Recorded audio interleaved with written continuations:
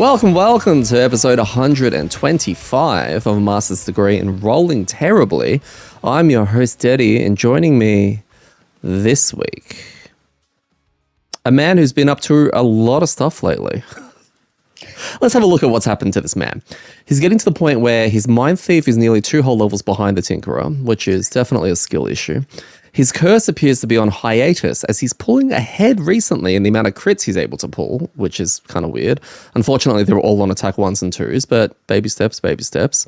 He looted a treasure tile which resulted in booking his battle goal, which was probably the easiest one to salvage, yet we're all idiots and didn't bother to help him fix the issues. So thank you to the people for helping him out with that one.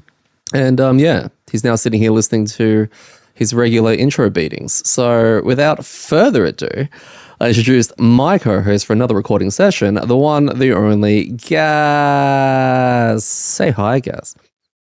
Hi, Gaz. Yep. Well, it's good because we have been a bit out of sorts and out of order, and we've missed with all the stuff. And I have been feeling something was missing, and I think it was like someone pointing out consistently all the bad shit I was doing. So I'm glad that we're able to like bundle that all together, right? Yeah, well, that's why I had a few going at once. I needed to get it all out of my system, and now things are somewhat back to normal, at least on that front.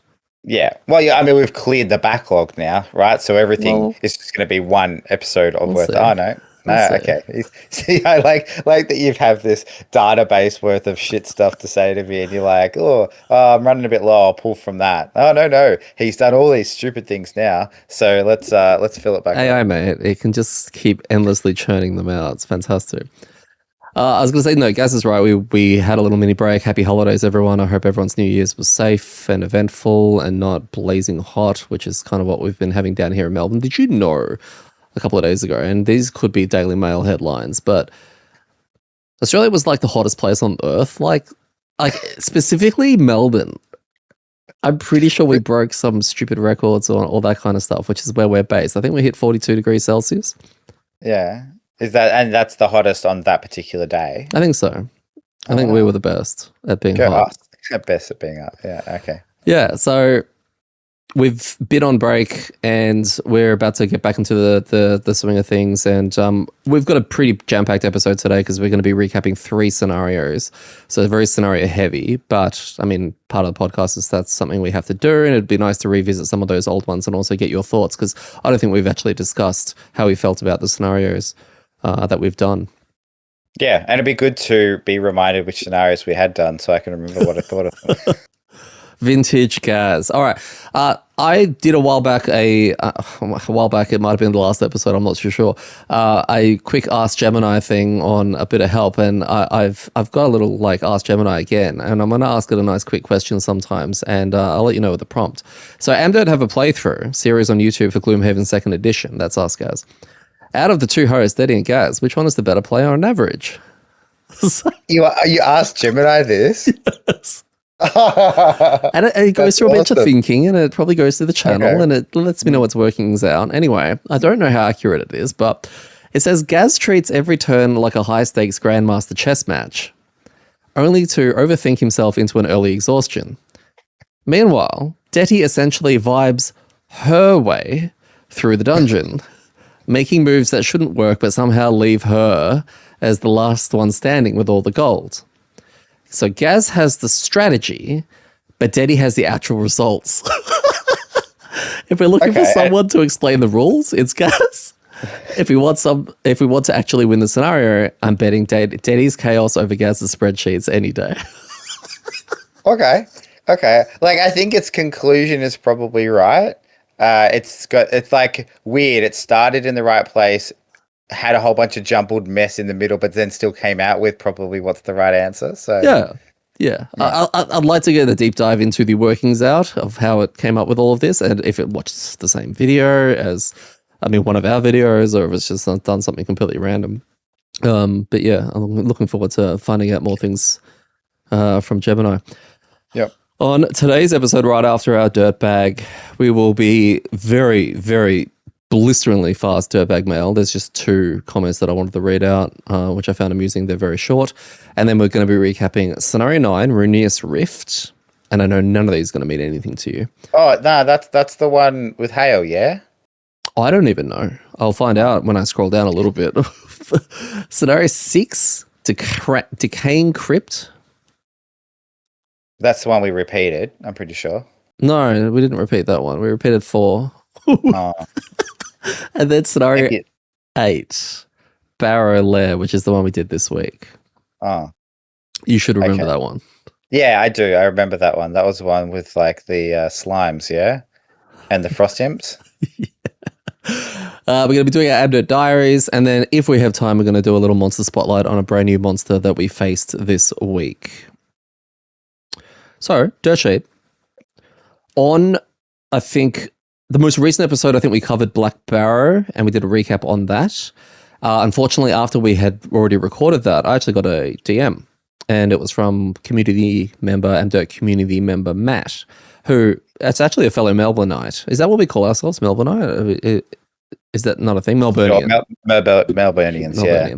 So, fellow Melburnian, and which is really cool, and discovered us, I assume, through the internet. And basically came up with a recap for us, right? Now, we've had a few people write recaps for us, but he's gone one step further, and Matt actually recorded it, an audio version of his recap from scenario 7. So that's why we haven't done a podcast. It hasn't aired. But Gaz and I managed to sit down during one of our sessions and listen to it together. I've got footage of that here, which I will play for you all now. Recap Scenario 7, Black Barrow. At the instructions of Jaxera, our mercenary group finds a small hill jutting from the edge of the corpsewood. Drawing closer, they find an overgrown entrance and descend the staircase into the darkness. They find themselves in a medium-sized room facing down a couple of bandit archers and 5 bandit scouts. Easy, right? On the first turn, the scouts draw their Target 2 range attack. Suffice to say, Gaz and Deddy are not impressed and hope it's their only ranged card. Little do they know what is to come. Gaz uses his lucky eye to give everyone strengthen, which mitigates the muddle the party gained during the earlier city event. A discussion ensues about whether this is MVP worthy and who should get the vote. After some clutch stuns and careful maneuvering, our mercenaries manage to get down to 3 bandit scouts. Gaz kills the last elite with a big hidden in the shadows attack, a rolling +1 into a +2. Settle down, Gaz. After which Phil jokingly says, "Open the door?" We hear some nervous laughter from Deddy. Gaz then proceeds to draw a bless against an enemy with an attack 1. Simply amazing. We are down to the last scout in the room. Deddy softens it up with a crit and poison. He also lays a 2 damage poison trap in a strategic position. In comes the cleanup crew, aka Phil, with an attack 3. This monster is practically guaranteed to be dead. Phil then draws his null. Gasps and silence fill the room. What happened, Phil? Deddy announces he is long resting for the heal and also to get his rod back up. Gaz and Phil also mentioned that they might want to long rest soon too to get some of their own items back. Sounds like opening the door to the next room on this turn might not be the best idea. Phil takes the scout's health to 1 HP with a wound, guaranteeing its death. Phil and Gaz then discuss opening the door. Deddy looks on silently. Should I say something? Why are they so eager to open the door? Is it battle goal related? I'm going to have to come in and rescue them after they cop another pounding, aren't I? Phil moves in and opens the door with a default move 2.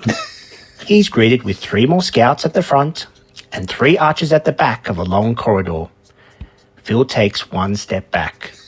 The archers advance and maze the corridor with traps, after which the scouts come in and start pounding Phil. He loses a card, but only 1. Next turn, Phil pushes forward and attacks the elite scout with Venom Shiv and draws a curse. Deddy can't believe it and covers his face. Meanwhile, Gaz has this wry smile on his face. Has he somehow passed the curse on to Phil? Deddy comes in and gives out some big heals. Gaz and Phil are high-fiving. Daddy is thinking to himself, I better get MVP for this.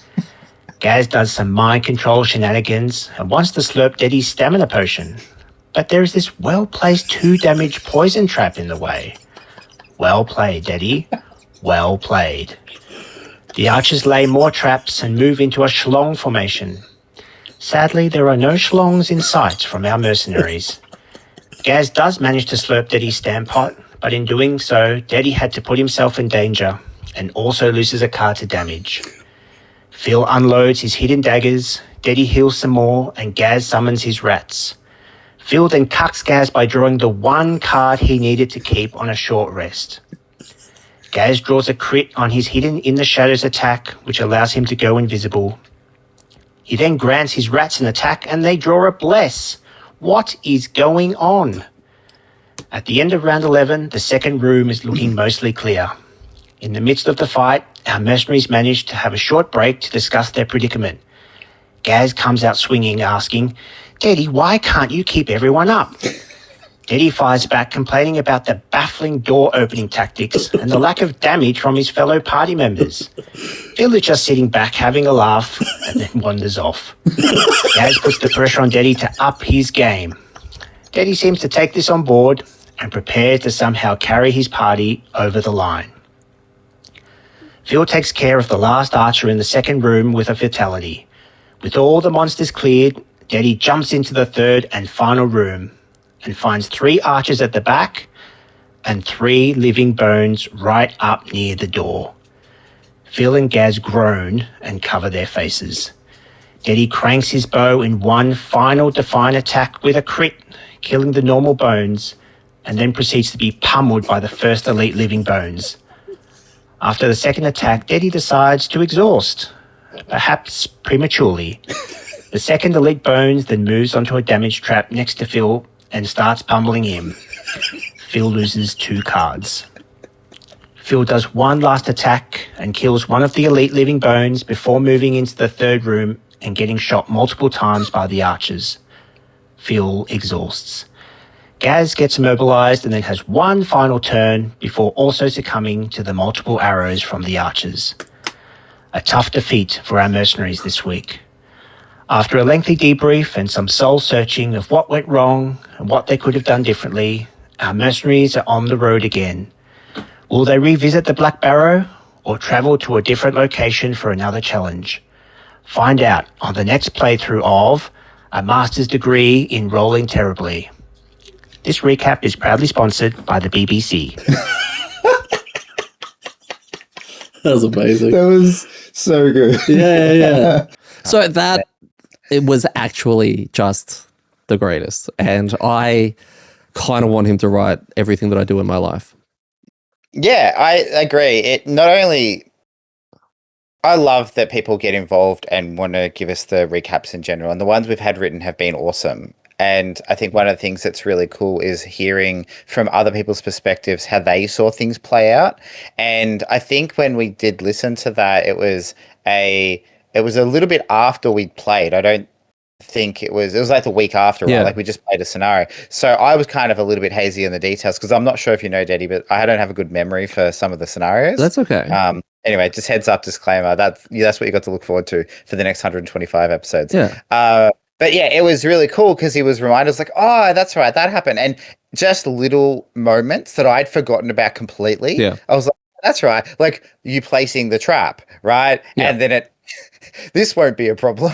It was a really big problem. It's those little details that they pick up on, right? And then and because I'm not writing it and I'm rewatching it, that because I don't have to come up with the recap, I'm listening to it from someone else. It's kind of surprising me at the same time, and I'm getting a bit of flack and all that kind of stuff, which is weird. Well, that's the other point, is that it's a little bit more balanced with where the shit gets thrown, right? Like, so yeah, it was awesome. And I don't want to say, hey, can we get that heaps more often? But if people wanted to do that heaps more often and they did it, I would be like, hey, yay, thanks. But you may get to the stage where Peter Jackson's just like, mate, I'm doing scenario 93, right? We're doing an epic 3-hour, movie representation of Daddy and Gaz completing the scenario. Yeah, there'll be a movie that's longer than the scenario playthrough as the recap, right? So, actually, that's life goals. If we can get Morgan Freeman to do a voice recap. Yeah, surely AI can do that by now. Yeah, but I don't want AI to do it. I want Morgan Freeman to do it. That's true. No, that's fair.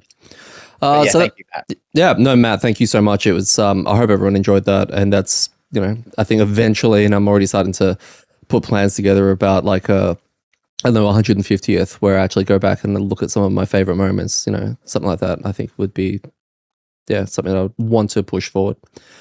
Do you have anything for our dirt sheet? Any news? Any bits and pieces? Anything you want to share? Just quickly, I wanted to give a shout out to Slayer Co. Is that how I would pronounce it? Slayer in our Discord, and probably on YouTube as well. I'm not sure what they go by, but they were incredibly generous and sent a copy of a Gloomhaven comic book. There's my camera. There. Oh, this is terrible. Daddy, you can fix this in post-production. No, I can't. But what does that say? Gloomhaven, and underneath it, Fallen Lion. Fallen Lion. So I think from what I understand this is there's nothing on the back. Like the Jaws of the Lion story. Right. And I think this is what, is it, what's the mercenary, the Vermling mercenary? Anafi? I believe so, something like that. Anafi. Anna PHI. Yeah, okay. Anyway, I think they're in that. I think. I don't know much about it, but they had it and they offered it and they said no. And then they were like, we're going to do it anyway. I was like, okay, well, I can't stop you. So it's incredibly generous and I'm really, really looking forward to having a read. And Are you allowed to open it? Well, I don't know. It's in plastic. See, most of my comic book style experience and everything I know about that culture is from The Simpsons, right? With Radioactive Man and all that kind of stuff. So I don't know how fragile they are. If you've got to wear gloves with them, like what's the deal? Are you allowed to read them? Are you not allowed to read them? Are you just allowed to own them? Is it like my board game collection? Like, it's going to stay in shrink, right? Yeah. So I do want to read it. And I'm wondering, is that the Simpsons? Is that where they have the one comic and they use the tweezers to turn the page and stuff like that? Yeah. They burn them first. That's it. Yeah, I need to set up some kind of dust-free, like vacuum reading room, right? Like so I can. So I'll read it with the kids. That's it. 'Cause they're super, super clean. I definitely will read that, and I might put together a little bit of a video, or maybe I'll read it to the video. How about to unlock the comic book, you read the rule book? I've already read the rule book, Daddy. I think it's been exaggerated how little I've read the rule book. I've read some of the rule book. I've read at least more than Ricewind's kid has. He's like 2. Yeah, I know, and I've got like heaps on him. Like, all right. The last thing I want to talk about, and it's a very serious thing, only because it's like I don't want to lead us into what sounds like sad with violin music and all that kind of stuff. But amDirt are going on hiatus again, and I know it's not the news that a lot of people want to hear. It can't be helped. Gaz not coming with me. I am going to America again because I'm about to have my second child. They are due. It's a boy. He'll be due in the beginning of March. And then we leave for the States. We'll be staying in New York and Pennsylvania for the next, 6 weeks or something like that. We leave mid-February. And we knew this was going to be on the cards. I obviously don't want to jinx anything until, we get to this kind of point. And now we need to start making plans about taking another break. It'll be very similar to what we had before when I had my daughter. But yeah, it's unfortunate because obviously we're having a good run. We're really enjoying Gloomhaven 2nd Edition at the moment and our flow with the playthroughs and all of that. But, life gets in the way sometimes. And this is just, it's another temporary goodbye. But it's really, really exciting life event stuff. I think you're Two kids under one. I'm so excited.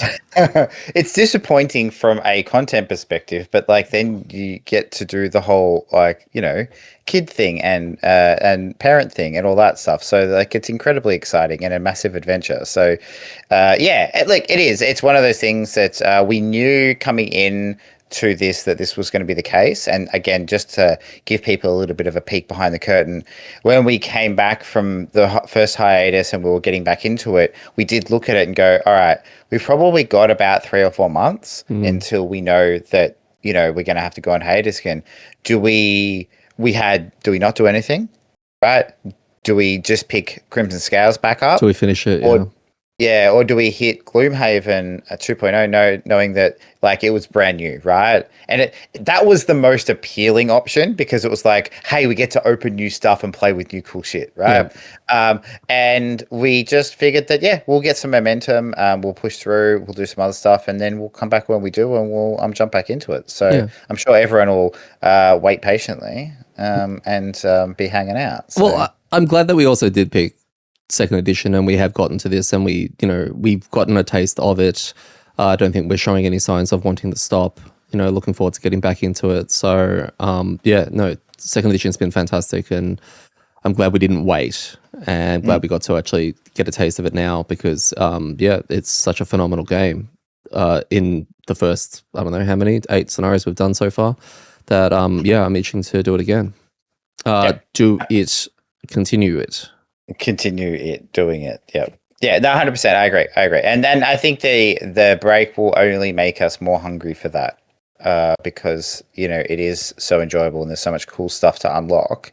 That's that. So leading up to that, we'll have a couple more sessions. I think we've got a couple of unboxings that we'll start getting through as well, so that I do have some content to release after we do go on hiatus for a bit. But there will be a period of time where we will have to live through Gaz's Discord announcements.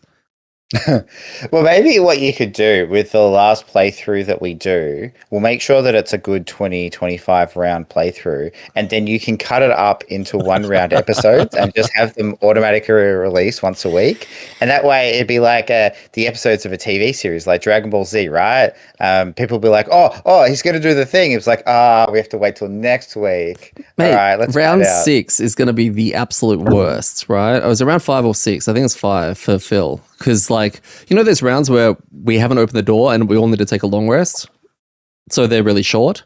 It's like, and when I timestamp it, I'm like, wow, that round was real short. And then we jump into another one. Yeah, that week when we release that episode, it's going to suck. It is. It's going to be like, what did they do? Well, they rested. All right, cool. End of transmission. So, we'll work it out. Yeah, we'll work it out. amDirt will live on.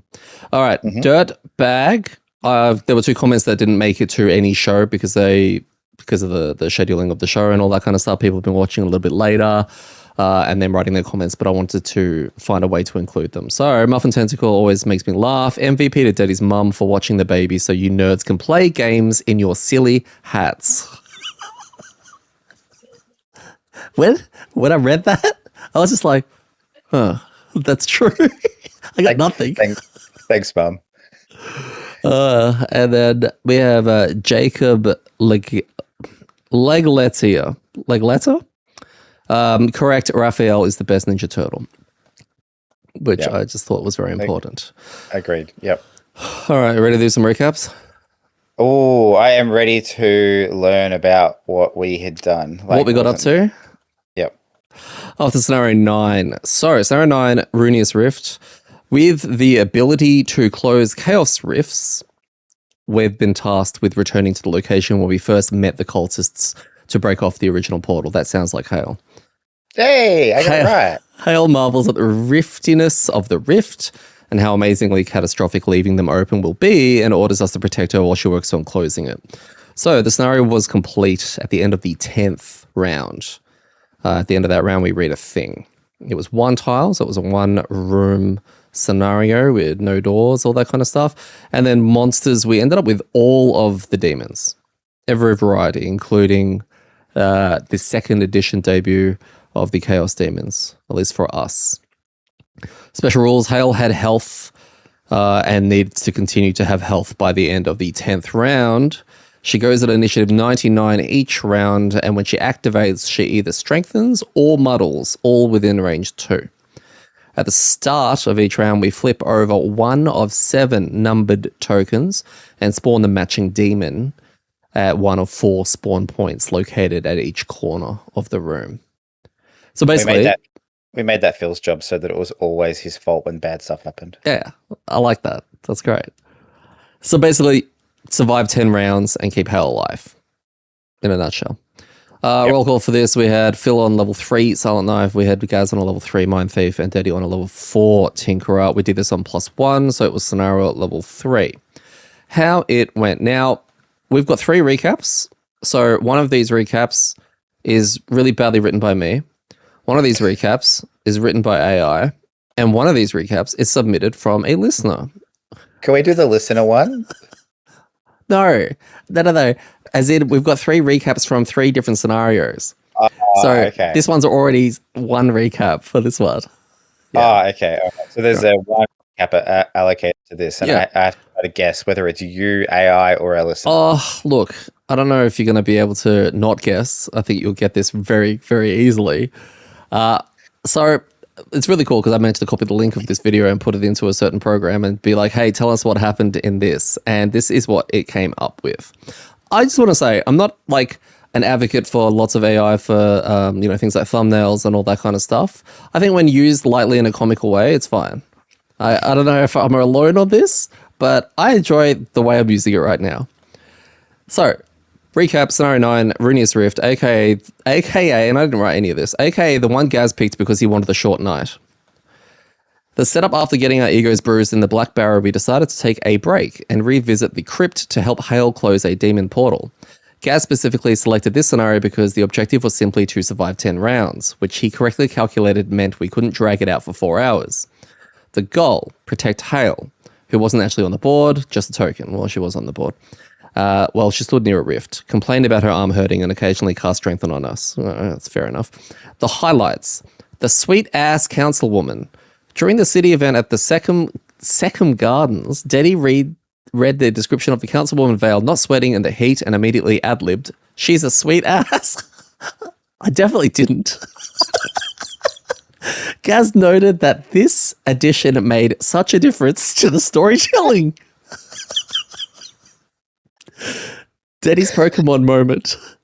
When offered a choice between accessing the armory or hunting down a machine of war, Deddy completely lost focus on the mission. He obsessed over option A, hoping to capture a giant robot like Pokemon and keep it. Spoiler, we didn't have enough reputation, so we just got a library card instead. What the fuck? I've never heard that. Your Pokemon moment. Watch the video. Look, this is reminding me of all the things that happened, but it's like a drunk person telling me all of the things that happened, and I was like, "Yeah, I was there." Like, it didn't quite happen like that. It didn't happen that way. But yeah, like, let's not let the truth get in the way of a good story, right? The Demon Lottery. So every round involved flipping tokens to see what fresh hell would spawn. We faced a buffet of monsters: Chaos Demons, Flame Demons, Frost Demons, and Earth Demons. It was like a Monster Manual reunion tour, and we were the catering. Tiny's Noble Sacrifice. Deddy deployed Tiny, the rat mincer contraption, in classic Deddy fashion. He admitted he is terrible at pet classes. Tiny spent most of the scenario running toward enemies with retaliate or tanking hits meant for Phil. At one point, a monster attacked both Phil and Tiny bravely took the damage, or perhaps just had bad pathing AI. Sure. The Phil curve correction. We reviewed the stats from the previous disaster where Phil drew nulls 10.5% of the time. However, in this scenario, Phil actually hit things. He pulled off some massive damage turns, including nearly one-shotting a sun demon and executing a night demon. The universe finally balanced the scales. I don't know I probably need to watch more. Gaz's shuffling ritual. Chat pointed out that Gaz had a specific... Chat pointed it out. That Gaz had a specific pile shuffle ritual that looks like he's casting a spell. It must have worked because he dodged his nulls and landed multiple crits, unlike the rest of the peasants. The self-sabotage trap. Oh, yeah? You want to... I was going to say, that's really interesting that it reads the comments as well. I don't know if it read the comments or whether or not I read out the comment at the beginning. Oh, okay. Yep. Yeah, that's right. It's you telling us about that. Sorry. Yep. No, that's fine. The self-sabotaging trap. So in a stroke of tactical brilliance late in the game, Deddy placed a trap directly on the teleportation pad to block enemies. He immediately realized that he had also blocked us from using the pad to escape, noting, "Oh yeah, that's not very helpful for us." I don't think that happened. Yeah, it did. Phil's I'm pretty sure it did. Phil's parkour. Phil decided walking was for chumps. He used practice reflexes combined with his jump boots to essentially do a backflip over an obstacle and into the portal, which was admittedly the coolest thing he did all night. And the result, victory. We successfully stalled for 10 rounds. Hale pulled her withered, smoking arm out of the rift. The demons vanished, and she thanked us by giving us round reputation and 1 prosperity. Post-game, shopping spree. We hit a road event involving beetle lanterns. Gaz, despite claiming poverty earlier, immediately spent party gold to buy the frost beetle lantern. Level up. Deddy hit level 5. The debate of the century began. Take noxious vials, the smart choice, or disintegration beam, the schlong beam that kills low health enemies. The jury is still out, but the schlong has a lot of votes. TLDR, we survived the 10-round timer. Phil remembered how to deal damage. Gaz bought a shiny lamp, and Deddy is contemplating acquiring a death ray. Now back to the Black Barrow we go. All right. Look, it was good. It was different. Look, the recap was definitely entertaining, if nothing else. And it was a good prompt for some key moments. But yeah, again, as you said, that's fine. Yeah. So did it help in remembering what we had to do? Yeah, it did. And I think I did enjoy this scenario. I think it was actually quite a lot of fun. You enjoyed it? Yeah. I was going to say you were on one side of it. You had a lot of, there was the RNG of the demons coming out and then you having to specifically work around a puzzle without any assistance. And I think we talked about this and it was noted about it in the comments, actually, that you played incredibly well and you literally were single-handedly holding one side of it together, which is fairly impressive and fairly hard to do. Yeah, I think it was that, and that was really kind. But I think it was just had a good combination of cards plus the RNG of the monsters to be able to keep them in place. And I think it was around. So this is the thing with round timer scenarios, right, where you don't have to achieve an objective, just has to not fail an objective. Is that you get to the point where you're like, math wise, this is fine. Yeah. And so I think coming into like the last 3 rounds, it was this case of, okay, cool. Well, I don't need to kill anything here. I just need to make sure that it doesn't inflict massive damage to like me and or Hale. And yeah, a couple of immobilizers and bits and pieces like that were able to do it. So yeah, it was good. But I think the reason I liked the scenario was that it let us all just play our cards. Yeah. Like there wasn't a lot of movement, which, I've talked about before being a less interesting component of that, like how to get through the scenario. But it was a lot of just sit here and play everything. Yeah. And so I think compared to the bunch of scenarios we've done before, it was just different enough in that way that I think was like a cool, refreshing, like, oh, this is interesting, different type of challenge. That's why I enjoyed it. Yeah. This is very much a tower defense feeling scenario, basically. And it's got the sprinkle of randomness, which I do like. It's I think it was one of the spires in the Frosthaven one where we had the slot machine beam, I was calling it, where you got to flip one of 12 tokens, and I love that thing because it just means that every time you do it, it's going to be different or things are happening in different order. So the fact that was brought back here for this was really good. But ultimately, yeah, when you have the setup of here are all the monster types that you're going to be facing, here are the rules for Hale, you've got 10 rounds, you're right. It's kind of like a sandbox. Everyone gets to do, everyone knows what they have to do, but they get to do it their way, right? Whether it's directly through damage and removal or damage mitigation or healing or whatever, everyone, had something that they could do. And I think you could say that for nearly every single class in the game, everyone would be effective to some degree. And I made a connection to, I think it was scenario 67, which was core attunement from Frosthaven. If you look back at our top 10s, that was the 4 pillars and the 6 portals and all the demons were coming out. And we had to defend for a certain amount of rounds. So very similar. I don't know if you remember, but it was my number 1 favorite scenario of Frosthaven. No, I think I do. I might be mixing it with You're on the another one, but yeah. Banisphere. Yeah, okay, cool. Yeah, that's exactly it. It is a you're right, like every class gets to toolbox their way through it and try different things and use their cards in various ways, right? Like, and you don't have a lot of variables. Like when you've got a room that's just there, right? Static, it's just sitting there and go, there's just gonna be a bunch of monsters coming. Then that's the puzzle to solve. It's like, how do I do as much damage as I can, or how do I remove things around? You don't have to worry about opening rooms and working out that stuff. So yeah, you're 100% right. It does make for a fun scenario. Everyone has a moment to shine. Very good. I think one of the best design monsters in the game, other than some of the basics that we've seen in the past, living bones, and all that kind of stuff. But the demons are probably some of my favorite monsters to fight. With the exception of Earth Demons. Oh, they're starting to work their way up a little bit into a mini threat, but they're always going to be a meme. But I think the demons are so cleverly done because they're all so like tied into their element theme, but they all pose a different threat to beating with them, whether it be they hit with advantage or whether you always hit with disadvantage, or whether or not they've got a ridiculous amount of shields but low health, or retaliates and things like that. So having 7 variety of monsters being able to come out via random, locations and all that, I think this was the scenario to do that. And based on my enjoyment of scenario 67 from Frosthaven, I very much enjoyed this, and it wouldn't surprise me to see this in a top 10 scenarios of second edition for me, because I enjoyed it that much. Yeah, the variety in demons is really interesting, and I think it's super rare that you get all of them, or like a lot of them anyway, in a single scenario. So I think having that showed the contrast between all of them as well. Because normally you have one, maybe a second one, and then a bunch of skeletons, zombies, whatever. But in this one, we were able to just see, because they came out in different orders, you definitely like, that's a retaliate one. Okay. Like the flame demon came out and we're like, okay, we need pure damage. And it just, again, I like it. You like new puzzle on the board, solve this one. And the demons give that variety. Correct. Whereas at the other, I don't think any of the other, I don't know what you call them, but like categories of monsters do that. The undead maybe do that in a way. The imps kind of, but the imps are all also very similar, so these ones are all, they've got their own different decks that they pull from, like their ability decks, and they all have very different stats and shields and retaliates, innates and all that stuff. So yeah, they do provide heaps of variety.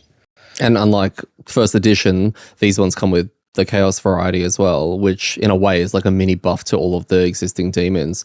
And when you throw one of those in there, especially with their ability to create every element, as well as go super fast and all that kind of stuff, it leads to a very gross yet exciting situation to be in. Yeah, I hadn't thought of that actually. You're right, because a lot of the demons do manipulate the elements in a way, but I would say a lot of the time that it's fizzles because they haven't generated the thing that they need, right? Because they do it in the wrong order or whatever. And so usually it's another monster being there that also does the thing that ends up doing that, or us. We're like, I'm going to generate this, and then they eat it and destroy us.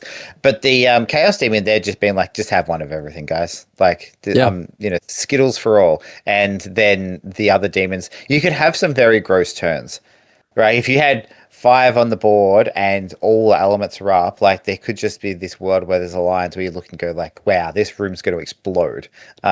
So I think that's a cool little bonus for the Chaos Demons being in there as well. Yep. Very glad we got a tower defense variety scenario early. Very glad we got a scenario where we got to fight all of the demons and also protect an NPC.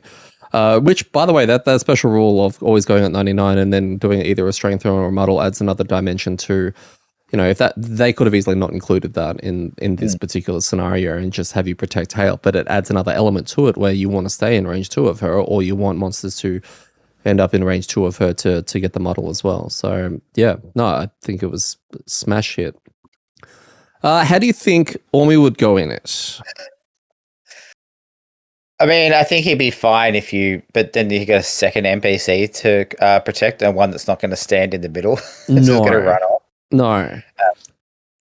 And half of the demons have retaliate. Correct. Right? That's what I'm worried about.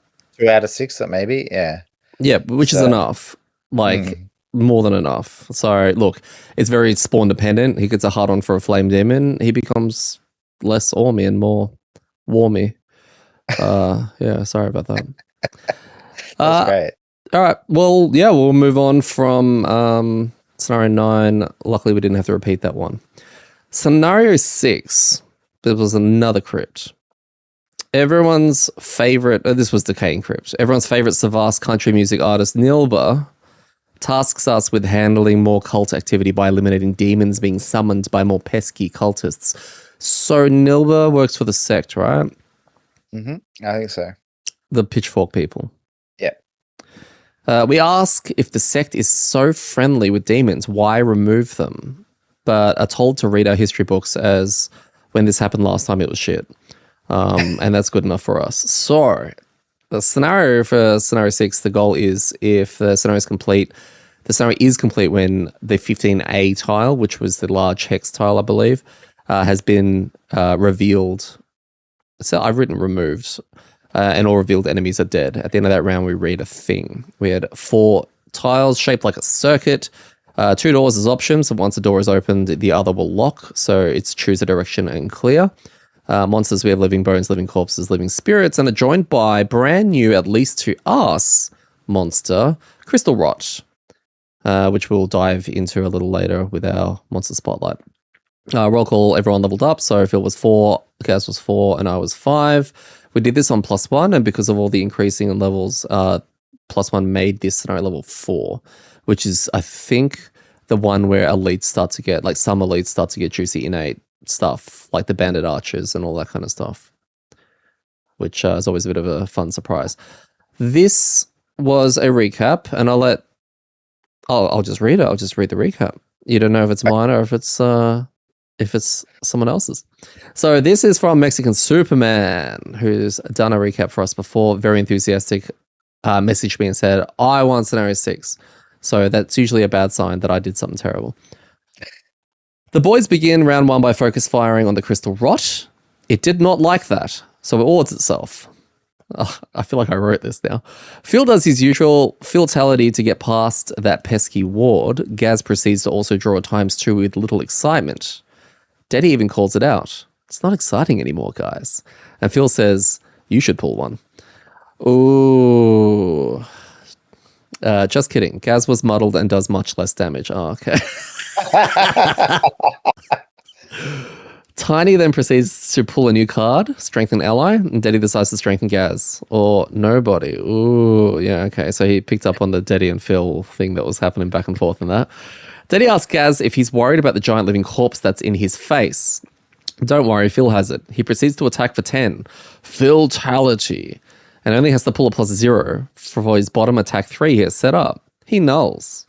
Phil says, the game giveth and taketh away. Next round, Gaz proceeds to give himself 3 XP in a 2 XP turn, while Daddy was away. The following turn, Phil opens the door for the second room on a stealth mission and goes invisible. Gaz draws another ×2, but only for 4 damage. This will occur a lot. Daddy attempts, very subtly, to set up a turn for disintegration beam. After lots of fingering, they agree to the plan. Daddy calls this his MVP moment. However, Phil misses, thus completely wrecking Daddy's plans.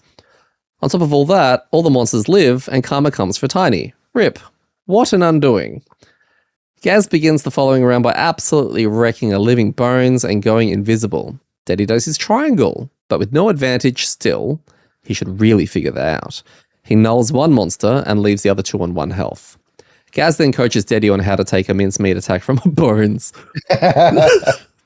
Daddy then gets further booked by spirits, but thankfully, on 1 health, he wills them to pull out a null. Absolute cinema.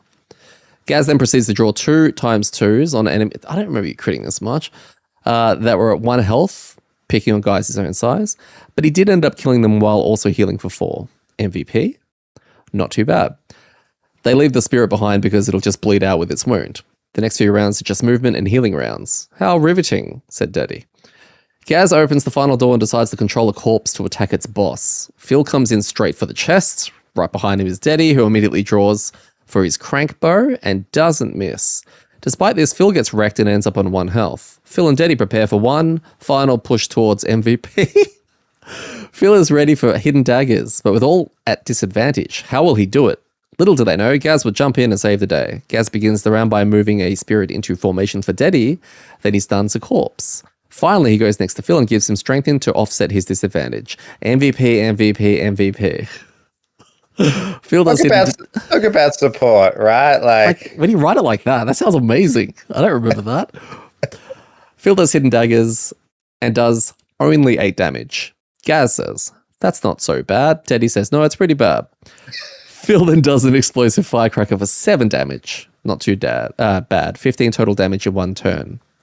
Teddy jumps in with his beam and just disintegrates the spirits, which is the equivalent of doing 20 damage. Just saying. MVP. Now only the corpses remain. 3v3. Phil and Gaz destroy a corpse together. Another ×2 for Gaz. What?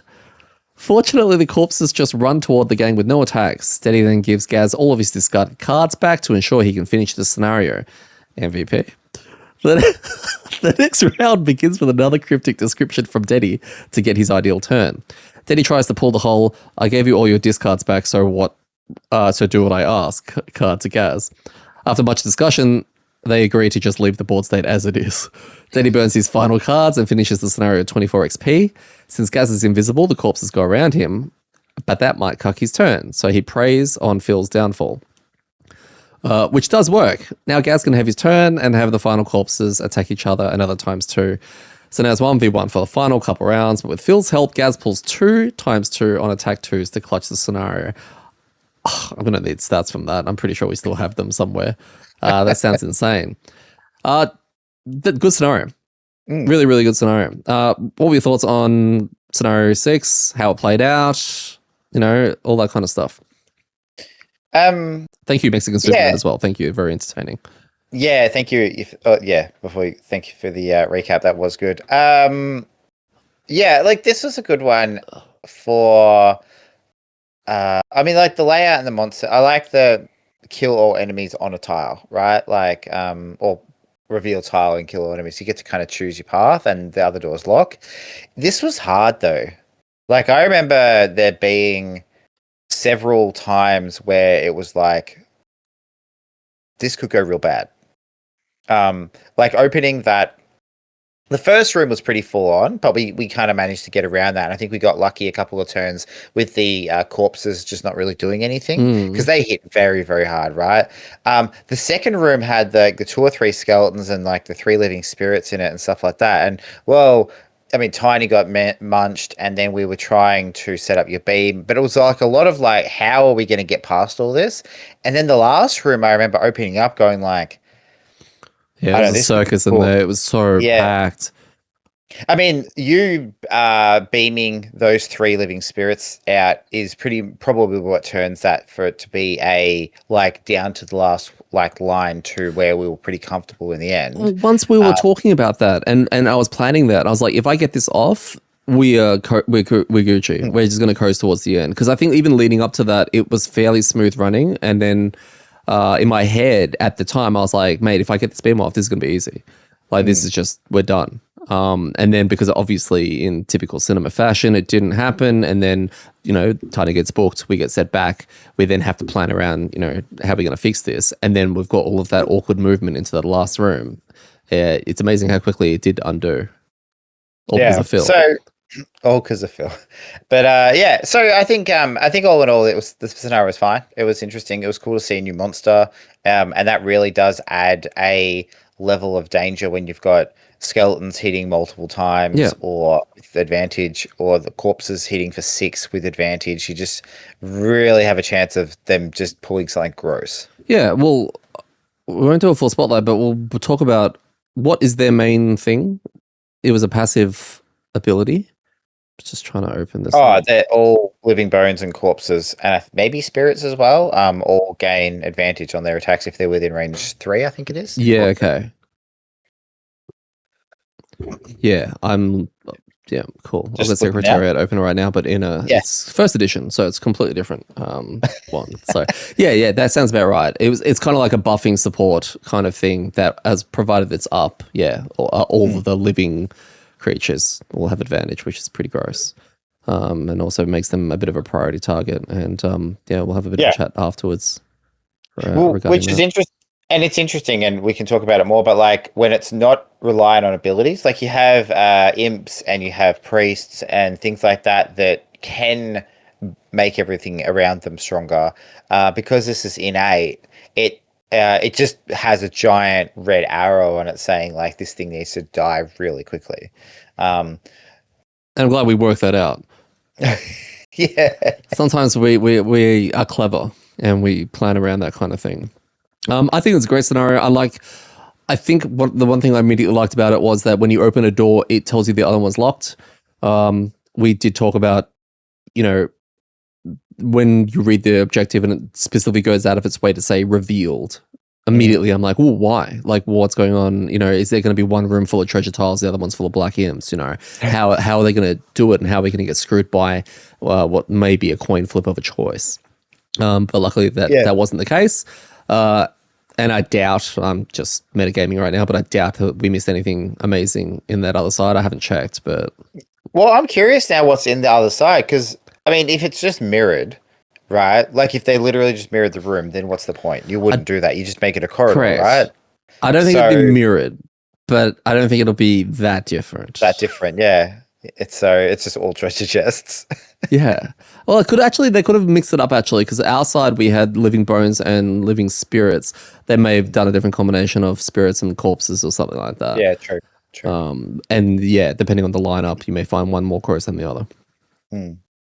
Yeah, it's interesting as well. Like I remember reading a comment from Gripeway, one of the designers of that, there's usually the hard room is at the end. And this is another situation of like thinking about the rooms, and it really is a like grind you down and wear you down, and you bust the door open to that last room and you're like, hey, deal with 7 monsters that are all going to go. Oh, by the way, they've all got advantage. Like it's the epitome of like, this is where you save your cooldowns for.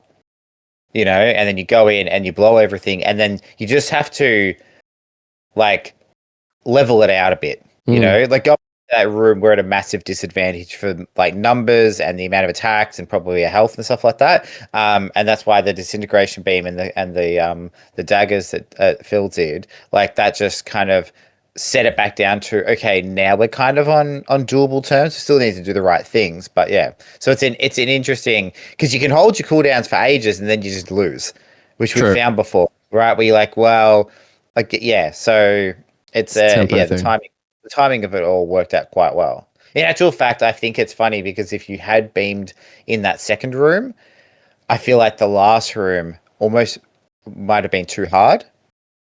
Wow. I don't know. I'm not saying we couldn't have done it, but I'm just saying it would have been a lot closer, because I don't know that you not beaming in that second room would have set us back that much, because we'd still dealt with everything pretty quickly.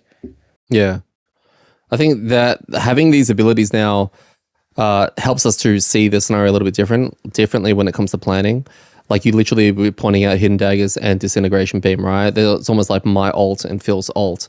And when do we use them? So if we're going into a last room and both are up, we're going to feel really good, right? As opposed to if we use them earlier and then we didn't see what was maybe coming later. And that actually happened when I can't remember a few weeks ago where I think Phil was hidden daggersing stuff, and then we entered that room that had the air wind demons. And it was like, that with the Pierce would have been actually really handy, right? Yeah. So, yeah, it is interesting. This scenario felt very balanced.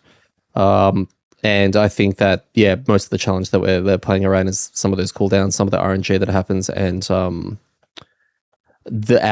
party lineup, which is still fairly squishy. Yeah, well, it's hard to know, but like there have been a couple of times where Phil has been, I think I'm going to daggers these skeletons, and we're like in a room with 2 skeletons left and maybe a third monster, and it's like, you don't need to, like, and it's the fine thing to do, but there's still like another 1 or 2 rooms coming, and clearing a room instantly. And this is kind of what we found when we were playing a lower difficulty, probably more in Crimson Scales, but you clear a room too quickly and then everyone's turn's useless. We're not really running into that issue that much with this. We're not running into or you overlap key abilities where one person doesn't get to do their thing and then next minute they cast in the discard or something like that. Yeah, exactly. Like you're in a room, you kill the monster really quickly, and then you go, "Oh, I had an attack and a move, but my move was only a move 2, and now I can get like a little bit closer to the door, but I'm basically doing nothing." And so I think there's this tempo balance of not clearing a room too quickly. You know, as in you don't need to blow big cards just to clear the first or second room. It's more probably, I mean, the way I see it anyway, is it's using those key cards to take key dangers off the map. You know, just slowly working through a room is normal. That's just playing your cards. But it's like removing them off the board so that they don't have the damage output. That's because, I mean, our health is the biggest kind of issue we have. Yeah, that's the most important resource that, we're struggling to manage at times. Yeah. If we brought a Ormi in here, how would he go in this scenario? I feel like if he survived the first room, then he's fine. But the first room had lots of bad things in it. I'm trying to remember the first room. So it actually had a crystal rot in the center, and I believe 2 corpses on one side and 2 living bones on the other. Yeah, which I do like. Just from a setup of, it's always fascinating watching us choose our spawning location. You know, who wants what side and who's better equipped to dealing with a certain side and all of that. It's always fun. But yeah, I can see a world where he can struggle in that room or get absolutely cleaved down by living corpses, which, like you mentioned, they hit like trucks. I don't know if you've noticed, but the majority of our CCs goes into them, right? Yeah. Holding them at bay. Oh, all right. Fantastic. Well, another good scenario. We'll see if that makes an appearance in a top something. Let us recap the one we did this week. This should be the freshest one in our memory, guys. This scenario 8. Barrow Lair. This was a force link from Black Barrow. Oh yeah, that's right. Yep. Yeah. So I had completely remembered this going into the podcast, and then because we've just talked about 2 scenarios in detail, I was like, I have no idea. Like no idea. But now I remember. Yep. The one we did this week. In fact, the one I'm still editing right now, so it's not gone up as of recording this. It is a fairly juicy and fairly long scenario, so hopefully that'll be up by tonight. Just so I know, actually, I'll probably know from your recap, but are we talking about what happened in this scenario? Yeah. Considering the playthrough hasn't gone out? No, yeah, but the playthrough will be out by the time this comes out. Oh, okay, yeah, because the playthrough will come out first, and then, okay. So this is spoilers, but for people in the future. Who haven't watched the playthrough but listened to the pod for some reason. Yeah, they okay, that's fair. Yep. All right, so the scenario for scenario 8, so the objective for scenario 8 was the scenario is complete when all revealed enemies are dead. At the end of that round, read a thing. What's really funny, actually, I did another double check at the FAQ because I'm like, shit, I hope we haven't missed anything. And look, I guarantee people are going to tell us. I won't have to look it up. But there was talking about this particular scenario, and they're like, the objective should read complete when all revealed enemies are dead and the bandit commander, because you could kill the archers in the first room and all the revealed enemies are dead. Oh, that's very true. I'm glad we didn't do that on video and be like, well, we had 6 tiles shaped like a fat little dwarf. First room, it leads into a connecting room where all the remaining rooms are attached. Monsters, we have living bones, living corpses, bandit archers, and our first boss, bandit commander. Detty, mental, probably incorrect. Throwback to what? Oh, right. So, yeah, this was one that I did remember from Scenario 2, first edition. I don't know why. It just stuck in my head as the boss that leaps around. And it's really cool that it's been re-implemented just like Black Barrow has as well. And you know, I was saying at the beginning when we were setting it up, you know, how would they have done this differently, whether or not they would have tweaked the fight or... And this is what's really cool is if you've got a fresh memory of Gloomhaven First Edition, you get to really see where a lot of those changes came in. Yeah. Well, is this the first scenario I ever did in Gloomhaven? I swear you did Black Barrow. Like, I would have started you there, even if I'd already done it. Yeah, I can't remember. I feel like I didn't do Black Barrow, though, because that's pretty memorable and brutal in its own way. But yeah, definitely it was one of the first. Obviously, your memory's not the best. Remember, we covered that.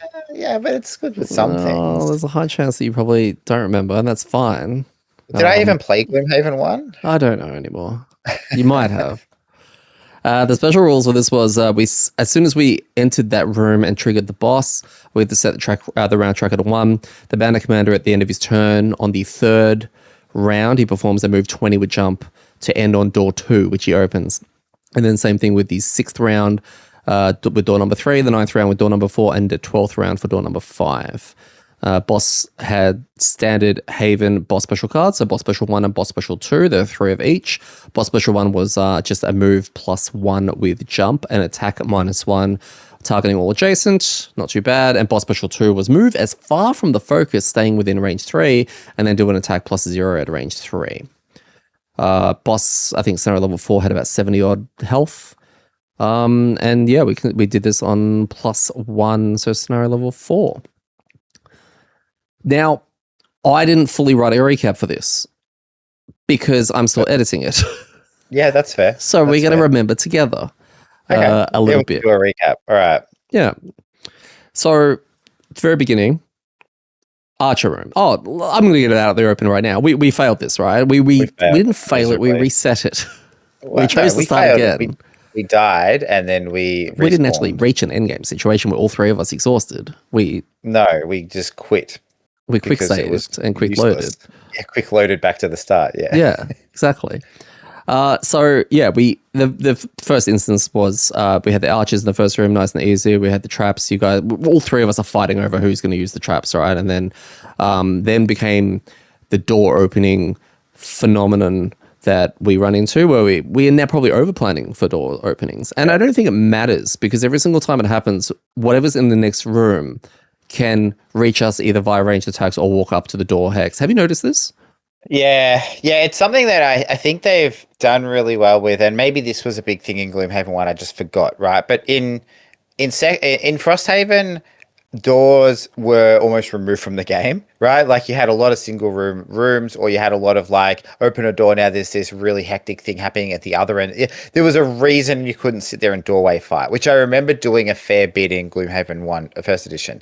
In this, they just position monsters in a way where if you open the door and then jump back, everyone's going to waste all their turns, right? But if you step one step into that room, you're going to get hit by everything.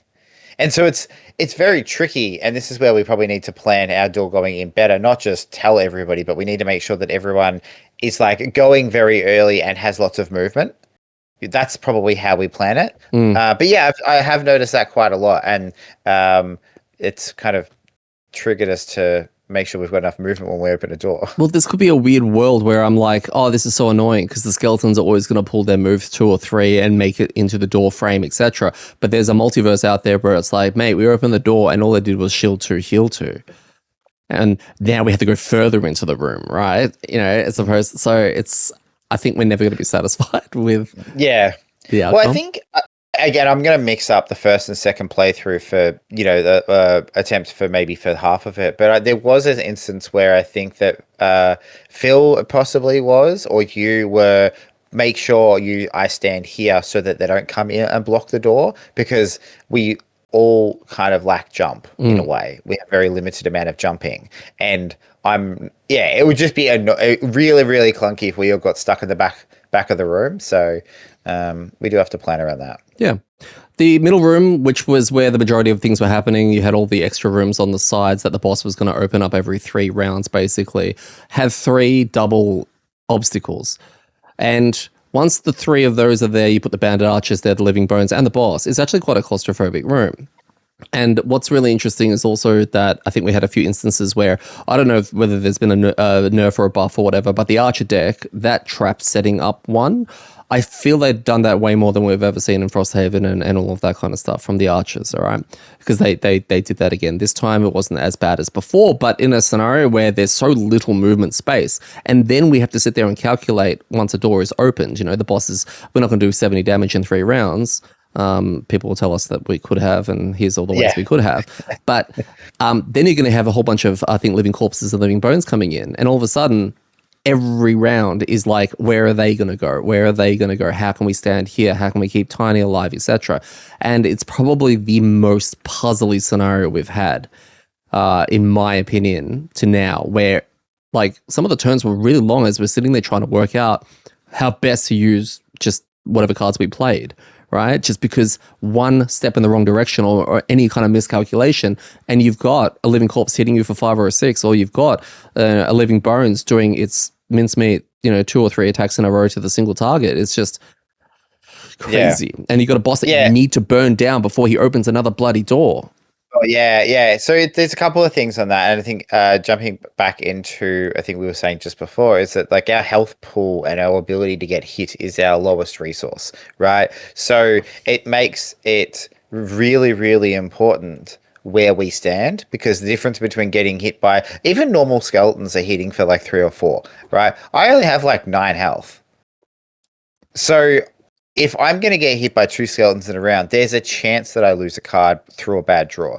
And that's not even accounting for the higher scaling monsters that hit even harder than that. So where we stand is like really, really important. I feel like maybe that changes depending on your group. And so, yeah, we have to be a lot more careful. When there's 10 monsters on there, they're all moving a bunch. 2 of them are range, and this boss is just going to jump into it. There's a lot of stuff that we had to work out. You're right, and it was a lot of like, they're going to attack someone. How do we divvy this up so one person isn't getting hit 5 times? Because with our group, and probably most parties the same, but one person getting hit 5 times in a round, okay, is going to be a card, at least a card. For me, it's probably 4 cards, right? So. Yeah, there's that aspect. But then just so you mentioned the boss, and we can't just let him run around do what he wants. I think the change they made from first edition with it being tied to boss special 1 and 2 versus being on a time round timer, was incredible. Like, A, it was clean. It was really easy to track. But B, you knew exactly what you needed to do, right? Like there was no RNG in, we got bad luck, and we were like, we looked at when we can't do it in 3 rounds, and this happened in the second lap. We got to do it within 6, right? By the end of the 6th round, he has to be dead. Yeah, because otherwise we're going to end up with a 3rd room of stuff that we just can't deal with. No. But that's cool because it's a timer, but it's still in your control. Correct. Like it's not in 6 rounds you lose. Right? Or 9 rounds you lose. It's like, well, I mean, what do you think? If you're playing on a lower difficulty, it's probably not as important. Yeah. But I think that was a brilliant decision, and it was obviously a very easy thing to implement. There wasn't an extra deck or a dice or like some kind of different thing to track it. It was just like, nope, just you got 3 rounds, then bad shit happens. Yeah. 3 more bad shit, right? So get on that. Yeah. They didn't need to incorporate phaser or anything like that. I think they know that at that point in the game when you first meet this scenario, you're probably not going to be rocking level 8 characters that are fully decked out, all that kind of stuff. So just having a big fat amount of health, I think that the boss, his abilities, I'm just going to say right now, I think this is one of the best boss fights that I've seen in the Haven series. Right? I think that it was so well tuned and so cleverly, put together that I'd replay it quite a few times with different lineups and all of that, which is usually a testament to how much I enjoy a scenario, just to see kind of how it would peter out. Just because even his boss special 1 and boss special 2, the boss special 2, I think we made reference to it, he used it amazingly well to go into the rooms. And obviously that was a design decision where if we don't line up our positioning properly, he's just going to walk backwards into a room while the living corpses and living bones move ahead of him. Brilliant. Dick move. We hated it. But, again, that's probably something there's elements of that is still within our control. And I think there was a period of time where he was going to disappear down a corridor, and then you moved into a position which was going to change, his pathing. That's the parts of the puzzle that I think are some of the most enjoyable. Well, that's exactly it. Again, it's not this is going to happen, and definitely when he draws this, it's a you can manipulate it in some kind of way. And the fact that they have him already on a door, and then there's 2 boss specials or 3 boss specials per deck. Like there's 3 of 1, 3, 2, and then 2 like generic kind of thing. Yeah. So having him jump into a doorway, right, and then the next turn he potentially has almost 3 out of 8 chance, right? So there's a pretty good odds that he could draw that one that's going to send him back, and then that just becomes a pain in the ass. And it's not like he gets stuck back there, because in 3 more turns he's just going to jump from wherever he is and end up on the next door. Yep. So yeah, I think there was the first or second door. It was a case of like, well, if I move in here, then he'll move away from me. And then it's kind of like a magnet. It's like, no, push him that way. So, but those little things make a massive difference, because instead of going 3 or 4 hexes into a room and being untouchable, we like pushed him back over to Phil, and Phil was able to like, do more damage. So those little kind of things feel good, I think. They do. So I'm a big fan of this boss fight. What I like also when I mentioned the boss special 1 and 2, they're not flashy. It's not like, this boss does something insane, like buries under the ground and then gives everyone disarm and then, anything.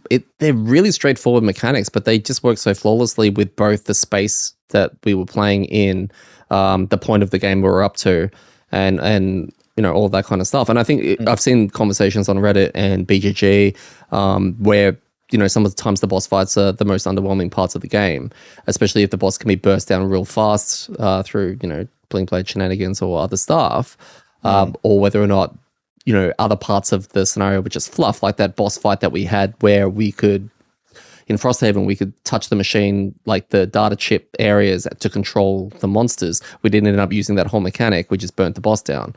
He was taking half damage. Do you remember? That's right. Yeah. So, it's like one of those things. But no, I think it's got me very excited for boss fights moving forward, especially as we, plow through the game and meet bigger, badder and all of that kind of stuff. But I think it's got me wanting more, which is really good. Yeah, it definitely is like a really positive sign for the boss fight design in Gloomhaven 2nd, because it is something that people have, I'll say complained about, but it's just that it's sometimes missed the mark, and not always. I think there's been some good boss fights over Gloomhaven and Frosthaven, but there's also been some that are just underwhelming. Yeah, and we did it. I don't know, maybe 50 episodes ago, we did like an episode where we broke down and talked about what makes a good boss fight just generally. And I think if thinking back from the memory of that, a couple of those things that it's interesting, you call out that this was like a really good boss fight just in Haven in general, not just what we've seen. In Gloomhaven, the arena, the setting, right, is always a really big part in a boss fight. And I think, as you said, it was clustered. It wasn't too clustered that it was annoying. It was just enough there was tactical movement, and you could use it both. It could work against you but for you. So I think that's a really important thing. He had interesting abilities that meant that the mechanics of the fight wasn't just stand there and whack him. Yeah. Right? And that's another important element of it. So I think like when you look at the bits and pieces that go into it, it does just tick the boxes from is this going to be good? And to be fair, if you had a party that could burn him down in 3 rounds, I don't think that's the scenario's fault. No. So I don't think that's a lack of design thought and this needs to have phases in it. That's just you've got a combination and you're at a point where massive amounts of health are not an obstacle. It was basically fixed. It was kind of built into the scenario, and it's fixed because you have to kill all the revealed enemies as well. So bursting down the boss, right? That's half the puzzle. But if you blow everything early and you've got nothing left to deal with the rest, and I think that's what also makes the scenario really, really good, is that you're going to have those characters, those more support-based characters or the more niche-based characters who can't burn a boss down. There's a whole bunch of, everything's got to die. Right? If you're going to maze it or you're going to be on full CC duty or something like that, there's something for you to do. So it's got that sandbox feel to it as well, where everyone feels useful. That's a good point as well, because I think there was one point in one of the runs that Phil had some attacks to throw in. I don't think he could hit the boss, but it was like, if you throw him into a corpse, they don't heal and we've got to kill it anyway, right? Correct. So yeah, you're right. There's no wasted damage. It's not like the first one we talked about with Hail, where that doesn't matter. Just wait till the end and you're done. So yeah, I think killing all the revealed enemies is another good way to make this scenario kind of really gel. Mm-hmm. Ormi, he's back for a 3rd scenario in a row. He lived obviously through the first 2 for somehow. Is he okay? I think he thinks that he's doing okay when he gets through the first room, and then he's cooked. Yeah, I feel like scenarios where there's lots of monsters in it and you don't get to kill them very quickly are bad for Ormy. Yeah. I think in a room where there's 2 or 3, he's not too bad. The minute there's 7 or 8 on the board, you can't control him. He's going to run off and do his own thing. He's going to stand in front of that means you have to kill, focus fire, the normal skeleton he's trying to beat into before the normal skeleton beats him. It's just real inconvenient. So It is. Yeah. So no, babysitting Ormy through this one would have been a nightmare. Yeah, I agree. All right, let's do some amDirt Diaries. I took Disintegration Beam and I love it. And I think that this is one of those abilities that if you play single, and I think I talked to you about this, if I'm playing single-handedly and I'm controlling the Mind Thief and the Tinker and all that, setting up beam plays is going to be easy because you have perfect information. And I think that's something that I'm enjoying doing, is subtly trying to get you guys to fall into some kind of a line or just give us a little help, because it's going to be a really good payoff. And obviously we run into issues where communication slips up because we don't want to reveal too much. You say subtly? Like, you think that the hints of like, hey, can we get all these 3 in a line? And can you do a little bit of damage to that one? And can you move this one over there? It's not really subtle, but it took a while for the message to get in there. Then when it finally did, he failed, right? He missed the one job. But I'm enjoying it. I like that it's adding another. It's giving me, it's probably one of my favorite cards. And I love how spammable the bottom is. I'm finally it's giving me the satisfaction of drawing AMDs, which is great. Love that. But also it's giving me a end game thing to look at every scenario. It's the same thing we talked about teleportation pad. How can we get the most out of teleportation pad in this particular scenario? Now it's like, how can I make the most use out of a beam? And it's going to be probably monster dependent and all of that. If we've got a room full of earth demons, I'm probably not going to bring it. But I mean, it's an attack 3 on the bottom, which I do like. So I'm probably going to bring in that situation as well. Yeah, I've been very impressed with how well you've used it. Not just like both the beam and also how you've made use of the bottom action, which I think is what sold you on it. Because the top definitely seems like a trap, like in regard to I still think play it is. around it. Yeah, but you've just managed to do it well a couple of times. I think that's probably the exception to the rule. But making use of the bottom half of that card, which is why you took it almost every rest cycle, is making it worthwhile. Yeah, I saw that. Yeah. As in being a character up at play, and that's something that I guess you get to do when you play a character for a fair bit, is work out what you're struggling with and all of that, and that filled a hole that I needed. So that the minute I saw it, I was like, I don't think people understand, how much I want this, and I don't regret it. It actually made me think, recently, we should have a segment coming up, the regrets kind of thing, because at the end of this scenario, and I think it's in the playthrough, I've wrapped up my retirement, my PQ, right? And in the past, we've done like the card unboxings, right? For the remaining cards. We'll do that. We won't do that today. I've got one more scenario in me.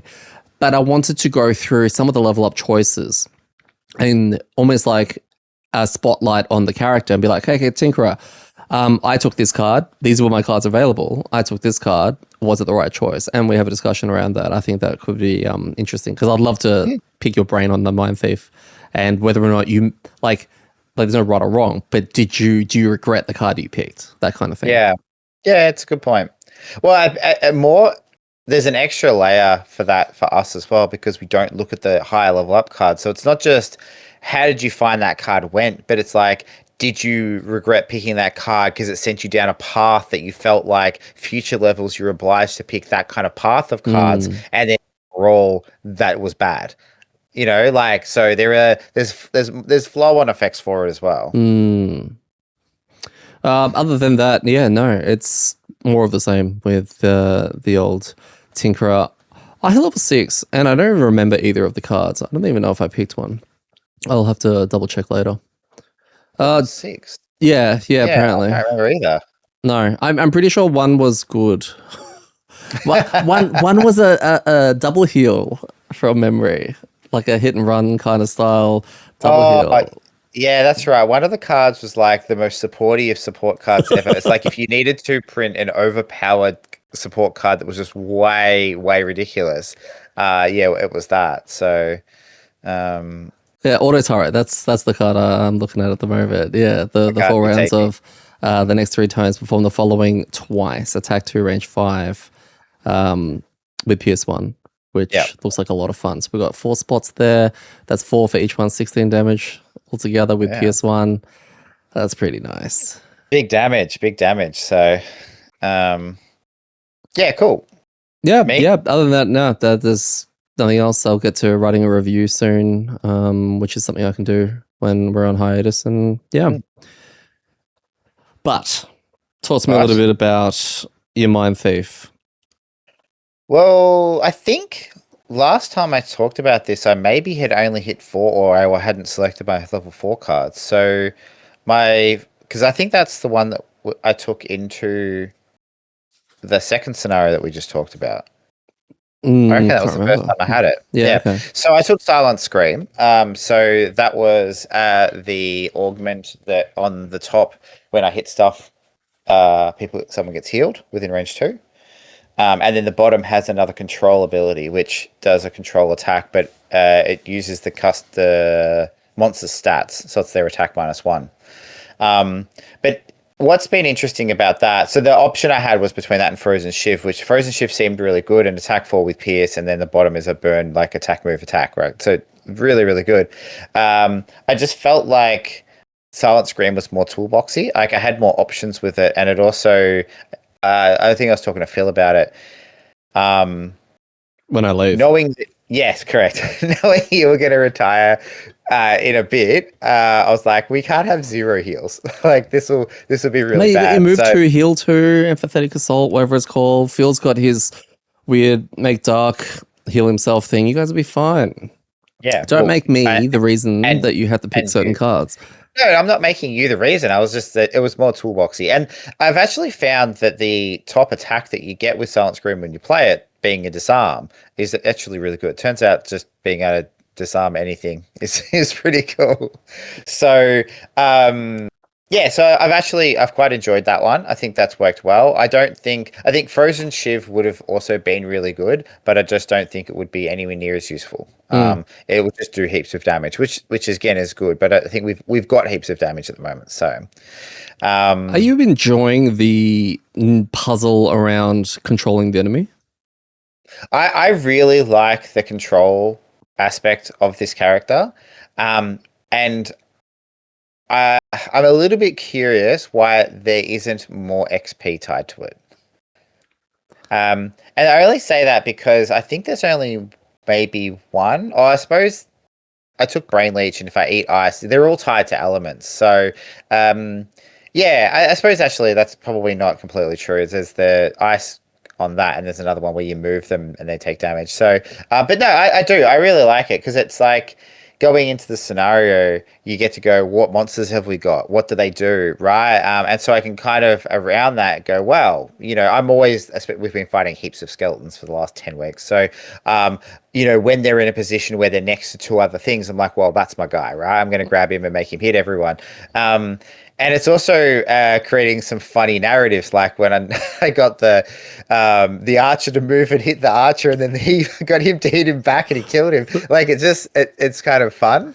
It's like going there and being like, well, I've got my 1 mini, but I get to control all of these ones as well. I think that's what's really cool about it is in my head, the Mind Thief with any of the controlling and force movement and force attacking and all that, it's very kind of DPS. But you've shown me that it can be seen as it can completely lock out monsters, right?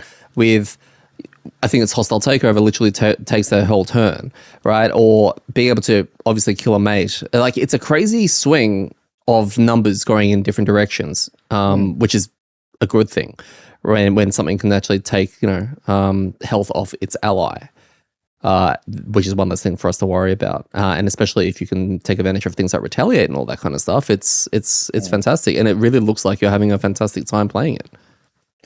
Yeah, I think it's the range as well, because they're all about range 4, and range 4 attacks are pretty far, right? Like, which means I can stay out of trouble, or I can manipulate things if like the room isn't looking good, or I don't want to move too far forward. So I can kind of do it from a safe distance.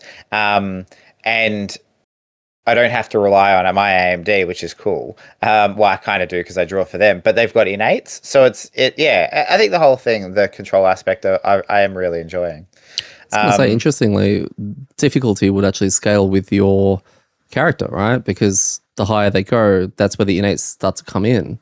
It's interesting seeing that things like hazardous terrain and all that doesn't scale that well, although it does go up, provided you go up high enough. But that's something that directly does scale, is being able to, take an elite bandit archer and poison things. Yeah, that's it. And the bottom of Silent Scream is going to scale with the monsters because it uses their attack value Correct. -1. So, I mean, that's unique in that one. And I suppose Hostile Takeover is a bit the same because they do their turn as they were going to do it. So those are two cards that do just infinitely scale, right? Not infinitely, but yeah, like with the monsters as it gets harder. So that could be a reason as well why I'm enjoying it a bit more, because we are playing on a higher difficulty. Because if nothing had innates and everything was hitting like a wet noodle, then making them hit each other is probably not feeling as good. So there's an aspect of that, but yeah. So there's that, and now I've hit 5. So because this is coming out, yeah. So I now have to decide between another giant pet or a ranged attack with a jump at the bottom. This is probably the hardest decision I think I've found on the Mind Thief, and probably because I'm whelmed on both of these. They're both fine, but one isn't standing out above the other, and they're both just okay. Yeah, I can see what you mean. I think we ran into that issue when we unboxed them, and then we slowly started to piece together. And I think that's something we do, is kind of like, oh, there's a bottom attack on the Gangling Abomination, right? And, there's an augment thing. The move through with jump, you don't jump much unless you take a certain card. So, options like that. And it's a dark generator, as well as an incredibly spammy top thing. Oh, wait, with your AMD, right? It's an attack 1 targeting 4, but with your AMD, that could be much better. Little things like that has been fun to sort of go through. But I know what you mean, that in that not one of them, like if you were going down the rat path, hey, level 5, here you go, it's a giant bloody rat. That's what you wanted, right? You wanted to continue to, go down that path, right? Well, yes, but I feel like I've discovered that path is a trap. And I found it's been really tricky to make the rats work consistently enough.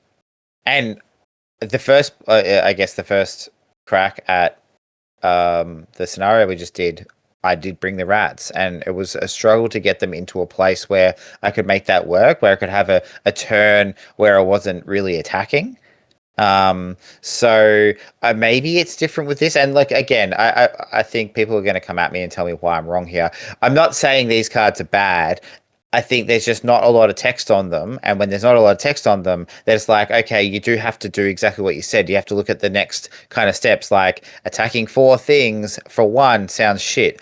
But when it's got Pierce and it's muddling, and now it's turning on certain abilities, and then you add AMD and suddenly it becomes quite good. A move attack on a bottom normally is amazing, but it's boring, right? Like, I'm sure it's really it's going to be. So this is why it's a hard decision, because I think we have gone down that path to see they're both useful. But I don't know. I'm still umming and ahhing. Yeah, I'm looking forward to finding. You've got 2 days, I think. So looking forward to working out where we settled on that. Or it could be an earlier card, right?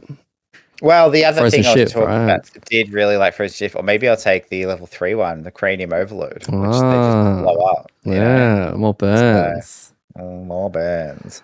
So yeah, but anyway, it's card decisions have been good. It was cool to see another augment last level. And yeah, all in all, I'm really enjoying it. I think I'm getting into the swing of things now with the ice generation and spending. Oh, big time. I think you're hardly fluffing that. I think that'd be a very easy thing to fluff.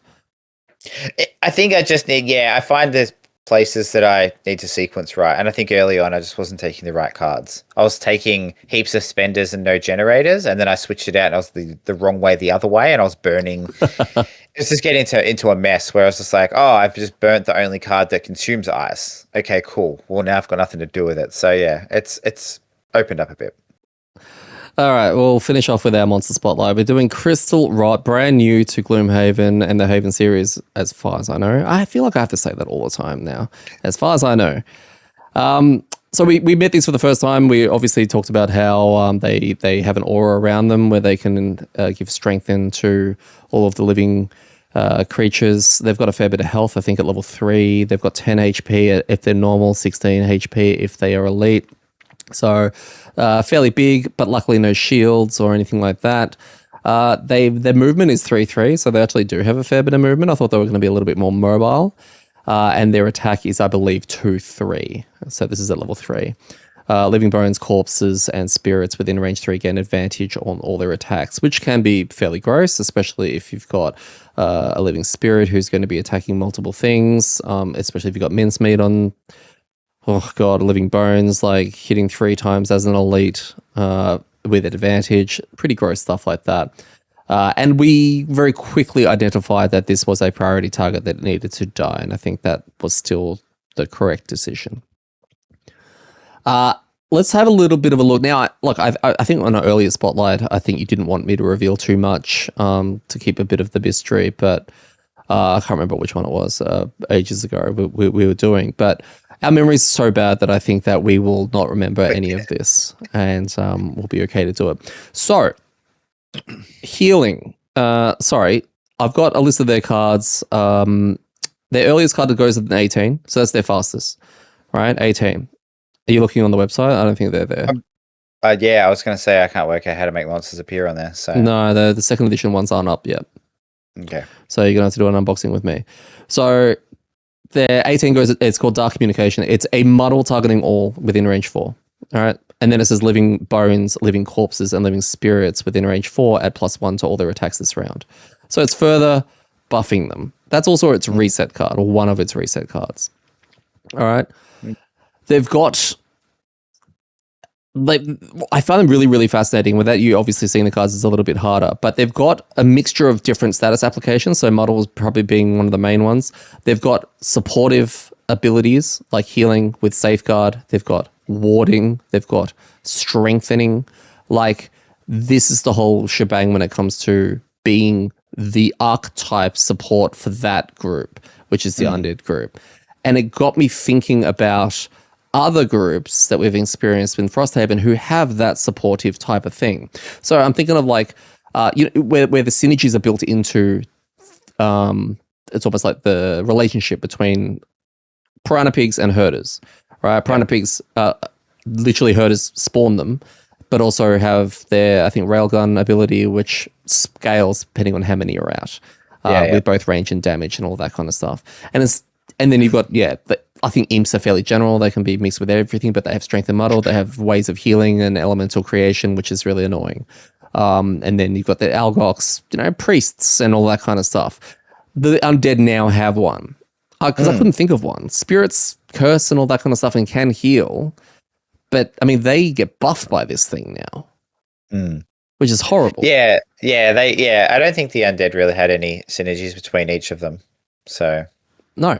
And now here we have one that not only buffs everything up and has to be burst down, but it's got a triangle of its own and attack 3. It generates a lot of dark, so it's got a lot of epiphany. It's got a lot of synergy with the dark element. It's got a disarm.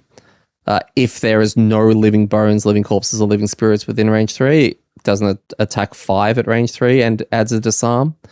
Now, Jesus Christ. I doubt that'll ever be the case. No group is killing all of the other living stuff and leaving this thing last. Yeah, but there are weird situations where it gets stuck somewhere, or there's obstacles, or even this still incentivizes you to not move it away, right? Because people might be like, oh, well, I'll just push it really far away from everything. Right, and then it can't give everything advantage. And then you do that, and it's just like, well, you can be disarmed. So, but yeah, I agree. It's going to get targeted first, most likely. But I think that it's cool that it has those little things in there.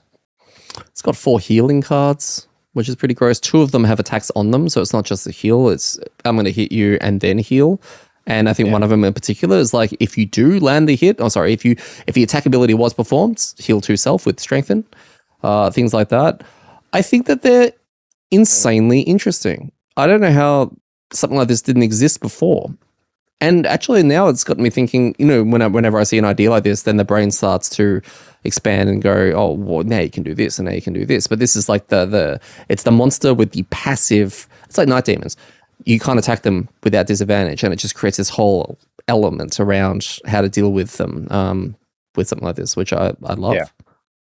Yeah, I agree. I think that it sounds like, from what we saw, it sounded like a really cool addition to make undead fights, or the fights that have the corpses and the skeletons and spirits and stuff like that, make them more difficult, it's what it does, right? Because it makes every monster on the board more dangerous. Yes. Right? Which is interesting because that just raises the stakes even higher. So I think that it's cool from that. Plus their abilities, they do a bunch of interesting things that make you go, that thing's got to die. Their cards kind of remind me a little bit of like the Ice and the Fire Savas. Yeah. They would just do a bunch of stuff, and you would read the card and be like, oh, this all just sounds real bad, right? So they kind of remind me of that in the sense, but then they also just get the aura of like everyone else just be awesome. Yeah. Do you like support style monsters having this kind of relationship with like I'm trying to think of what would the support demon be if one existed, because that could be another archetype that doesn't have one, and all of a sudden we're going to see some weird support demon out there with 500 shield and healed everything and disadvantage and all that. But do you like having something that ties everything together? I think for some of the monsters, yeah. I don't think that you want to create like this totem for all the monster types that just has this thing that spits out status effects and like, an AoE aura. I feel like it's like the imps get used a little bit. Like frost imps seem to get used quite a lot when you just want a generic support kind of thing in there, because they've got that muddle strengthen thing and all that bit, all those things. So yeah, I like it for some stuff. Yeah, okay. I think where it makes sense. I think that I like the monsters having synergies, but I reckon that there's a trap in that, right? If you make the monsters have too much synergy with each other, then they become effective when they're together, which means then they always have to be together. Yeah. Yeah, one of the things that's interesting, and we don't talk about it much, is that you go to a scenario and there's like wolves, skeletons, and frost demons. And you're like, why are these hanging out together? Right? But you don't, the flavor from that perspective doesn't matter, because you're like, it's the game, right? If they needed to be closer together, I feel like that variety would be harder to have, because anytime you didn't have it, it would be heaps easier, which means you have to make the monsters harder, but then they get harder when they're together, and then that just becomes like, well, now we've got to. So I just think that it would be detrimental if there was too many synergies like that. Yeah. Got me thinking, if the design team, Isaac, Drew, Dennis, the whole team, whoever came up with Crystal Rot, if they came up with them originally and were like, hey, second edition, let's create this new guy that's going to work really well with the undead, etc. How much of that would need to, we don't know these things, we don't check these things, but how much of the monsters, we've learned that Living Bones haven't, but how much of them have been tweaked or buffed or nerfed, knowing that these were going to be introduced, right? Because they're effectively going to be buffing the living corpses and living spirits and living bones. So did those monsters need to be tweaked at all? Maybe remove one of their attack cards from their deck, like, living corpses are now looking like they're attacking 50% of the time. Just weird things like that. It's just, it got me thinking what the flow and effect of having a Crystal Rod is. I feel like it just makes it like a mini boss, right? So it just says, we can't change everything, because then all the other scenarios they're not in become weird. And they're not a general monster or a common monster. So I think you just you plonk them down and go, there you go, players, deal with that. Like, it's just this is your problem now. If you leave it alive for too long, I feel like that's on you. So just crossed my mind. Do you remember Living Dooms? Oh, yeah. The ones that summon the living spirits. Yeah. I don't think they're in this. I think they were new for Frosthaven, right? Yeah.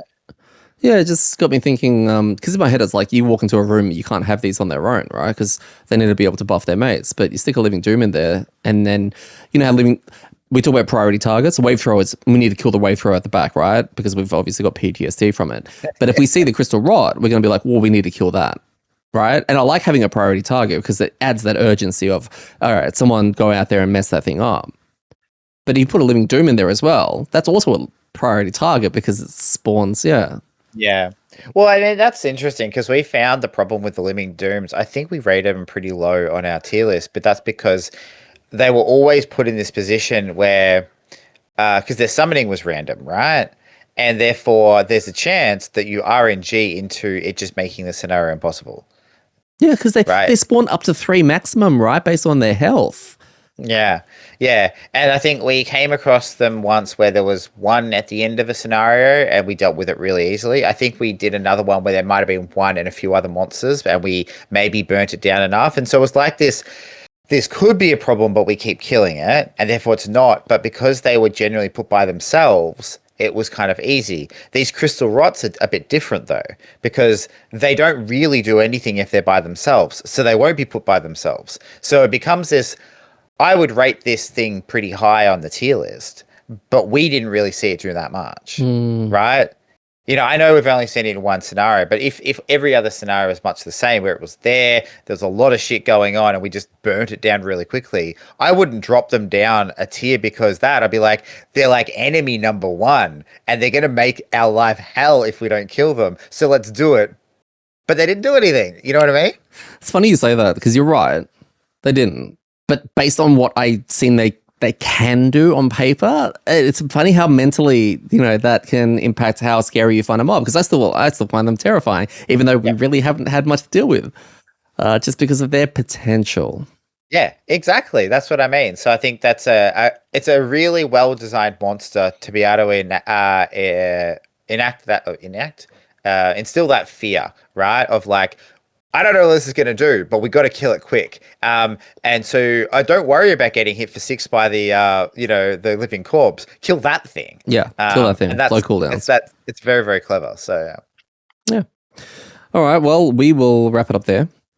Thank you very much for joining me, guys. Thanks for joining us for another episode of A Master's Degree in Rolling Terribly. We will see you next week. We've got a couple of weeks left. I don't know what scenario we're doing. We're back into what scenario we're going to do, guys. We'll let Gaz decide when he arrives, and then he can... Yay! We've got our scapegoat right there. Well, whatever. Yeah, that's it. Just doesn't matter now, does it? Oh, actually, it does, because I want to go out in a bang, because I've got one scenario left, right? Oh, okay. So I'm going to pick something gross, right? Gross, cool gross? Like grouse? Yeah, grouse. That's what I meant to say. Yeah. Well, thank you for tuning in. I have been your host, Eddie, and I have been joined again by Gaz. And remember, when it comes to rolling terribly, it's all in the wrist.